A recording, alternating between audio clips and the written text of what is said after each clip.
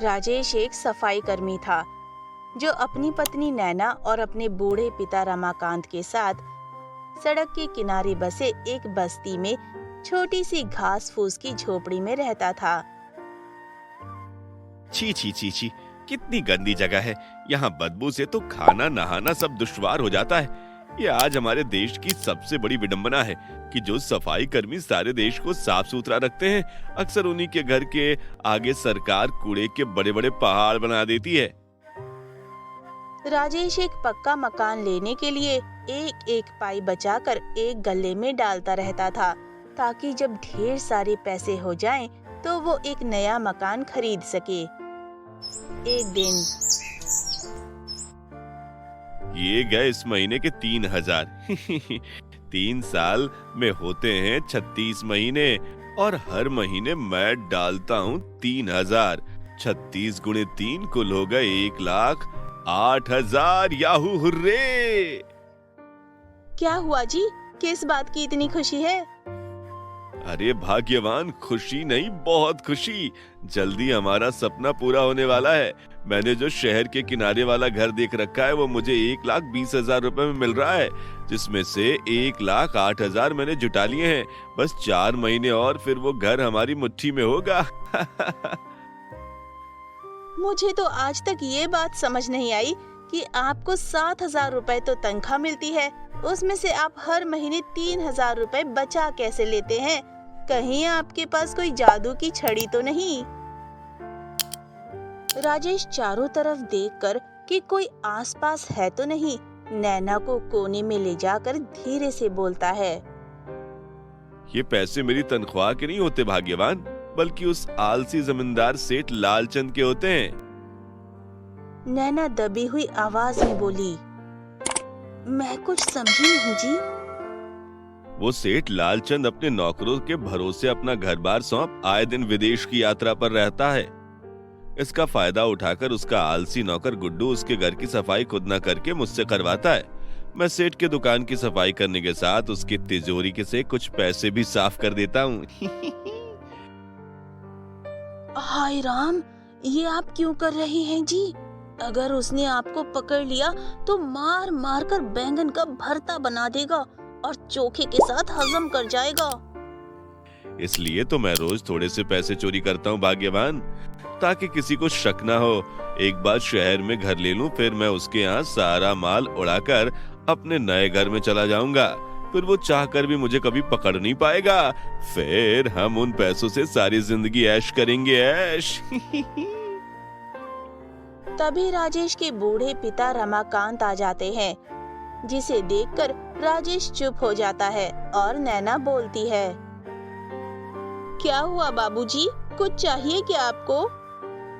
हाँ बहू, एक मुट्ठी चावल हो तो दे दे, बाहर बैठी चिड़िया चुनमुन को दे आऊं। राजेश कड़क कर बोलता है, क्या पिताजी आप भी?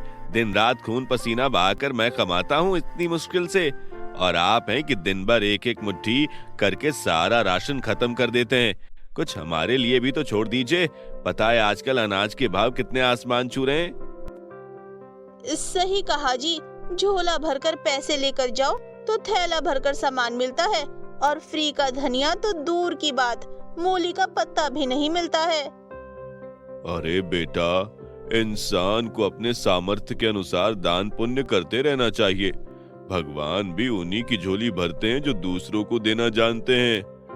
राजेश झुंझलाते हुए बोला, ठीक है, जो मन में आए सो करो, लुटाओ मेरी कमाई। खच्चरों की तरह काम करने के लिए मैं हूं ना। राजेश तिल मिलाते हुए वहां से चला जाता है। क्या पिताजी, सुबह सुबह इनका मूड खराब कर दिया।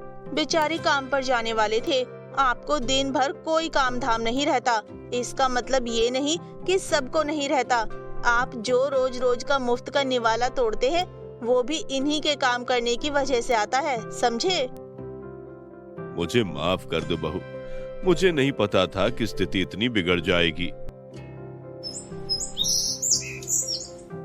बूढ़े रमाकांत को पशु पक्षियों से बहुत प्यार था। वो रोज उन्हें दाना डालता था। एक दिन जब वो कौवों को बाहर दाना डाल रहा था, तभी एक भूखा गाय का बच्चा कौवों के झुंड को चीरते हुए दाना खाने लगा। ये देखकर सारे कौवों ने उस गाय को अपनी चोंच से मार मार कर बुरी तरह से घायल कर दिया। भाग भाग, दूर दूर। क्यों मेरे प्यारे गाय को परेशान कर रहे हो?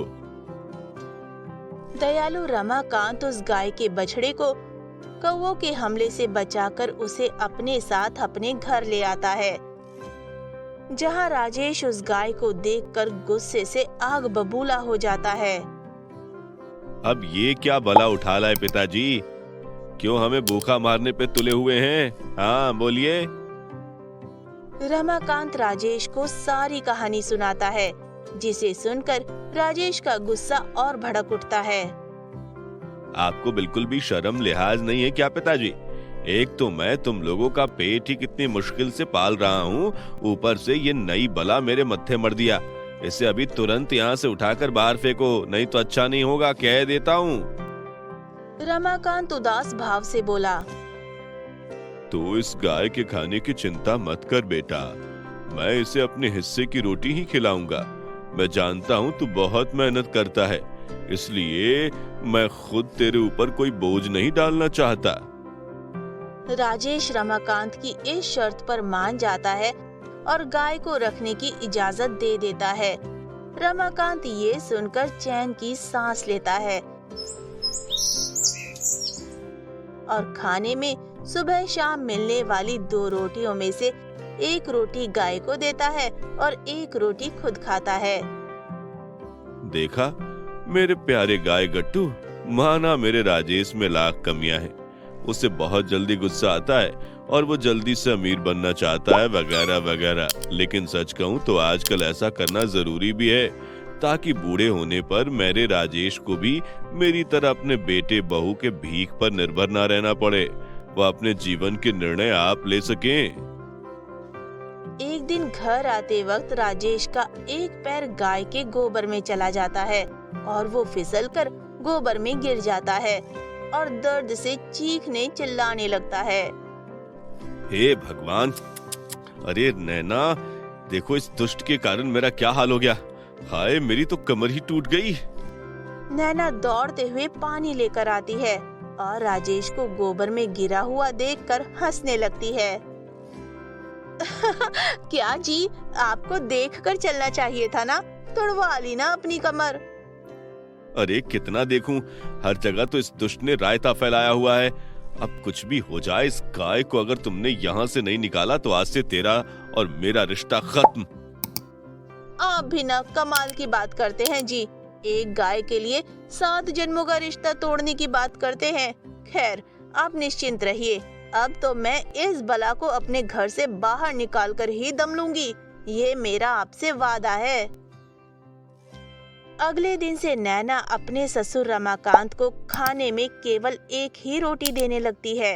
रमाकांत समझ जाता है कि नैना ये सब किस लिए कर रही है, इसलिए वो उससे और रोटियां नहीं मांगता और एक ही रोटी में से आधी रोटी उस गाय को खिला देता है और आधी बची हुई रोटी खुद खाता है। आज आधी रोटी खाकर ही काम चला ले गट्टू। मुझे पता है इससे तेरा पेट नहीं भरने वाला, लेकिन अब से हमारी किस्मत में आधी रोटी खाना ही लिखा है। आधी रोटी में उस गाय का पेट नहीं भर पाता। तभी एक रात वो भूखी गाय रमाकांत के पास आकर रंभाने लगती है। रमाकांत प्यार से उसकी गर्दन को सहलाते हुए बोलता है। मैं जानता हूँ गट्टू कि तुझे जोरों की भूख लगी है। जब आधी रोटी में मुझ बूढ़े इंसान की भूख को शांति नहीं मिल रही तो तेरा भला क्या होगा। तो रुक, मैं अभी देखता हूँ, रसोई में कुछ बचा है तो ले आता हूँ। रमाकांत एक छड़ी के सहारे रसोई में खाना लेने जाता है। तभी गलती से उसकी छड़ी पास रखे राजेश के गले से टकरा जाती है और उसका गल्ला जमीन पर गिरकर टूट जाता है और जमीन पर ढेर सारे पैसे बिखर जाते हैं। इन पैसों को देखकर रमाकांत के आश्चर्य का ठिकाना नहीं रहता। अरे इतने सारे पैसे, लेकिन राजेश की तनख्वाह तो केवल 7,000 है। जो खर्च में ही खत्म हो जाते हैं। फिर उसके पास इतने पैसे कैसे आए? कहीं वो गलत तरीके से तो नहीं पैसा कमा रहा। बूढ़े रमाकांत को राजेश पर शक होता है और वो आनन फानन में सारे पैसे उठाकर अपने पास रख लेता है और उस गल्ले को हटाकर एक दूसरा खाली गल्ला उसी जगह पर रख देता है। फिर खाना लेने बाहर आ जाता है। सुबह रोटियों का डब्बा खाली देखकर नैना गुस्से से आग बबूला हो जाती है। सुनिए जी। क्या हुआ भाग्यवान? क्यों सुबह सुबह शोर मचा रही हो? शोर नहीं मचाऊं तो क्या करूं? देखिए अपने बूढ़े बाप की काली करतूत। उन्होंने सारी रोटियां चुराकर उस दुष्ट गाय को खिला दी। उनके अंदर उमड़ रही ममता का अगर कोई इलाज नहीं किया गया तो आज सिर्फ रोटियां चोरी हुई हैं, कल को ना जाने क्या क्या चुराने लगेंगे। ये सुनकर राजेश ज्वालामुखी की तरह रमाकांत पर बरस पड़ता है और अनेक जली कटी बातें सुनाकर बूढ़े रमाकांत और उस मासूम गाय को घर से निकाल देता है। रमाकांत नन्हे गाय के साथ दर दर भटकता रहता है और एक पेड़ के नीचे बैठकर सुस्ताने लगता है। उसे जोरों की भूख लगी होती है। तभी वो नन्हा गाय अपने मुंह में एक केक दबाए उछलते कूदते रमाकांत के पास आता है और उसके सामने गिरा देता है। रमाकांत ये देखकर घबरा जाता है। अरे ये किस बच्चे का बर्थडे केक तू उठा लाया गट्टू? जा इसे वहीं वापस रख कर आ, नहीं तो बच्चे का बर्थडे है और रोते रोते ही बीतेगा। कहीं मेरे साथ रहते रहते तू भी चोरी करना ना सीख गया। तभी रमाकांत सोचता है कि हो सकता है कि ये केक उसे भगवान ने ही दिया हो अपनी भूख मिटाने के लिए। इसलिए वो उस केक को थोड़ा सा खाकर जमीन में गाड़ देता है। भूखे होने के कारण उसके मन में केवल खाने की ही बात चल रही थी, इसलिए केक को जमीन में गाड़ते ही उसमें से ढेर सारा स्वादिष्ट खाना प्रकट हो जाता है। अरे ये क्या? कहीं अधिक भूख होने के कारण मैं खाने का सपना तो नहीं देख रहा हूँ, या ये कहीं का जादुई केक तो नहीं? बूढ़ा रमाकांत समझ चुका था कि ये एक जादुई केक है जिसके बोते समय मन में जो भी सोचा जाए वही जमीन से प्रकट हो जाता है। इस तरह वो उस जादुई केक को जमीन पर बोते वक्त एक घर के बारे में सोचता है। तभी वहाँ एक जादुई केक का एक घर प्रकट हो जाता है और रमाकांत और वो गाय उसी जादुई केक के घर में हंसी खुशी रहने लगते हैं। देखा गट्टू, इसी को कहते हैं ईश्वर के घर देर है पर अंधेर नहीं। कहाँ कल तक तो हमें खाने के भी लाले पड़े थे, कहाँ आज खाना और घर दोनों मिल गया।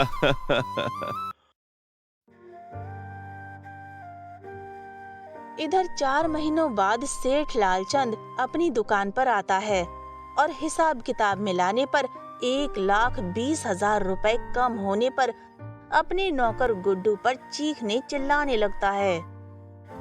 अरे कमबख्त, कहाँ गए मेरे 1,20,000 रुपए? आसमान खा गया या धरती निकल गई? सच सच बता, कहीं तूने तो मेरे पैसे नहीं चुराए? भगवान की कसम खाकर कहता हूँ सेठ जी, मुझे नहीं पता आपके पैसे कहाँ गए। मैं मानता हूँ कि मैं थोड़ा आलसी हूँ, लेकिन इतनी गिरी हुई हरकत मैं सपने में भी नहीं कर सकता। सेठ लालचंद कुछ देर सोचकर बोलता है, ठीक है, पुलिस को खबर कर दो, वही पता लगाएगी कि मेरे 1,20,000 रुपए कहाँ गए। गुड्डू पुलिस को खबर कर देता है। पुलिस आती है और सबसे पूछताछ करती है। क्यों रे गुड्डू, इस दुकान पर सिर्फ तू ही रहता है या कोई और भी आता जाता है? बस मैं ही रहता हूँ साहब, बीच बीच में ग्राहक आते हैं लेकिन मेरी उन पर पूरी नजर रहती है। हाँ, एक। क्या गुड्डू, साफ साफ बोल, गूंगा है क्या? वो सेठ जी, सुबह दुकान खोलते वक्त मेरा झाड़ू पोछा करने का मन नहीं होता, इसलिए मैंने राजेश नाम के एक सफाई कर्मी को दुकान साफ करने के लिए रखा हुआ था। और उसे अच्छी तनख्वाह में से कुछ पैसे दे दिया करता था। हो सकता है यह काम उसी का हो। पुलिस और सेठ दोनों खुशी से उछल पड़ते हैं। हो ना हो ये उसी सफाई कर्मी का काम है। उसी ने मेरे 1,20,000 रुपए चुराए हैं। इंस्पेक्टर साहब, उसी राजेश ने मेरे पैसे चुराए हैं। आप उसे पकड़कर जेल में बंद कर दीजिए, फांसी पर चढ़ा दीजिए उसे। सेठ लालचंद पुलिस और गुड्डू राजेश के घर की तरफ रवाना होते हैं। इधर राजेश अपनी पत्नी नैना से, आखिरकार मेरे पास 1,20,000 रुपए जमा ही हो गए भाग्यवान। अब हमारा वर्षों का सपना पूरा होगा। हम जल्द ही अपने घर में कदम रखेंगे। जल्दी से ये गुल्लक फोड़िए जी, मुझसे तो अब रहा नहीं जाता। राजेश अपना गुल्लक फोड़ने ही वाला होता है कि तभी सेठ लालचंद पुलिस के साथ उसके घर पर आ धमकता है और राजेश को गिरफ्तार करने को कहता है। यही वो राजेश है इंस्पेक्टर साहब, जो मेरा मतलब है सेठ जी के दुकान पर साफ सफाई करता है। अरे गुड्डू, तू यहाँ और ये पुलिस, आखिरकार माजरा क्या है? गुड्डू राजेश को सारी कहानी सुनाता है। ये सुनकर राजेश थर थर कांपने लगता है। 3 सालों की चालाकी एक पल में मिट्टी में मिल जानी थी। वो डरते डरते पुलिस से बोलता है, मैंने सेठ जी के पैसे नहीं चुराए इंस्पेक्टर साहब। मुझे नहीं पता ये किस पैसे की बात कर रहे हैं। अच्छा, एक तो चोरी करता ऊपर से झूठ भी बोलता है। इंस्पेक्टर साहब, इसने वो सारे पैसे जरूर गुल्लक में डाल कर रखे होंगे। यह आप गुल्लक फोड़ दीजिए। मैंने आते वक्त इनकी बातें सुना था। ये दोनों मेरे पैसे से कोई घर लेने की बात कर रहे थे। पुलिस अपने डंडे से मारकर वो गुल्लक फोड़ देती है, लेकिन गुल्लक बिल्कुल खाली निकलता है। राजेश और नैना के आश्चर्य का ठिकाना नहीं रहता। वो दोनों एक दूसरे का मुंह ताकने लगते हैं। राजेश मन ही मन सोचता है, अरे ये गुल्लक खाली कैसे है? मैंने 3 सालों से इस गुल्लक में तो अपने चोरी का पैसा डाला था। पुलिस आखिरकार राजेश को छोड़ देती है। तभी रमाकांत आता है और समझ जाता है माजरा क्या है। वो पुलिस और सेठ से कहता है, अरे बेटा लालचंद, लगता है तुमने अपनी दुकान में ठीक से छानबीन नहीं की होगी। ठीक से छानबीन करो बेटा, तुम्हारे रुपए तुम्हें जरूर मिल जाएंगे। कई बार हम कोई सामान रखते कहीं और हैं और खोज कहीं और ही रहे होते हैं। चलो मैं भी रुपए खोजने में तुम्हारी मदद करता हूँ। सभी सेठ की दुकान पर जाते हैं। बूढ़ा रमाकांत एक अलमारी में से सेठ के रुपए निकालकर उसे दे देता है। सेठ की खुशी का ठिकाना नहीं रहता। वो राजेश से माफी मांगता है। राजेश को कुछ समझ नहीं आता कि ये सब हुआ कैसे।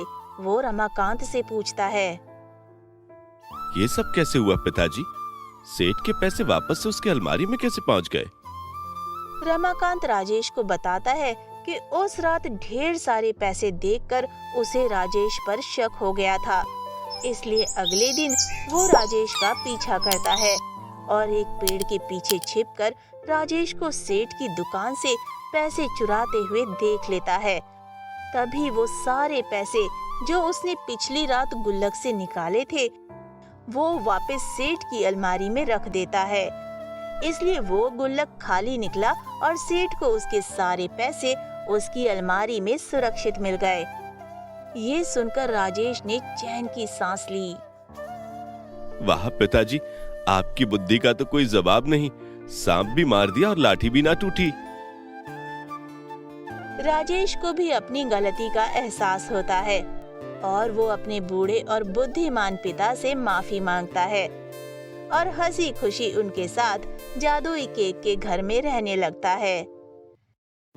आखिरकार उसका घर लेने का सपना पूरा हो चुका था और वो जादुई गाय का बछड़ा भी एक दिन अचानक से गायब हो जाता है, क्योंकि वो जिस काम के लिए आया था वो अब पूरा हो गया था।